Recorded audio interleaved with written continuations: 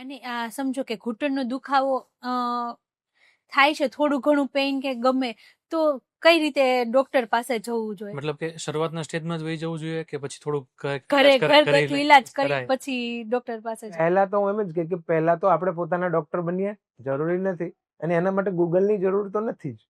Basically જે basic things, હું તો કહું માત્ર ઘૂંટણ નહીં પણ એઝ અ બોડી હોલ, કે અમુક બેઝિક થિંગ તો આપણે જાણીએ છીએ કે ભાઈ આપણે એક મશીન છે અને એને એક ફીડ જોઈએ છે, અને જેમ કોઈ પણ મશીન છે આપણે કોઈ પણ જગ્યા, તો એને જોઈએ કે ભાઈ એનો ખોરાક છે અને એનું મેન્ટેનન્સ છે. આ બે વસ્તુ તો બેસિક છે. એમાં કંઈ ગડબડ થાય ત્યારે મોટા ભાગની તકલીફો આવતી હોય છે. જેમ કે અત્યારે એમ કે બેઠાડું જીવન હોય.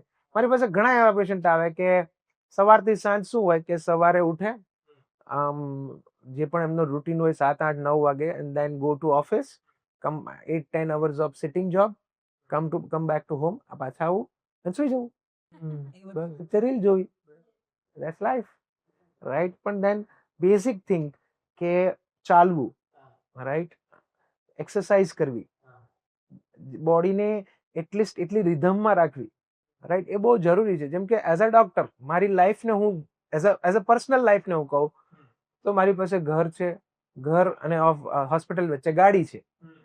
ઇફ મારું લાગે તો મારે એક ડગલું જમીન પર ના મૂકવું પડે, એવું છે ને.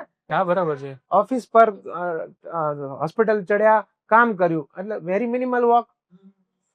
પણ મારું રૂટીન એ છે કે સવારે 1-1.5 કલાક સવારે ચાલવાનું, 1 કલાક, અને એટલીસ્ટ વીકમાં 5 to 6 days તો મેન્ટેન થાય.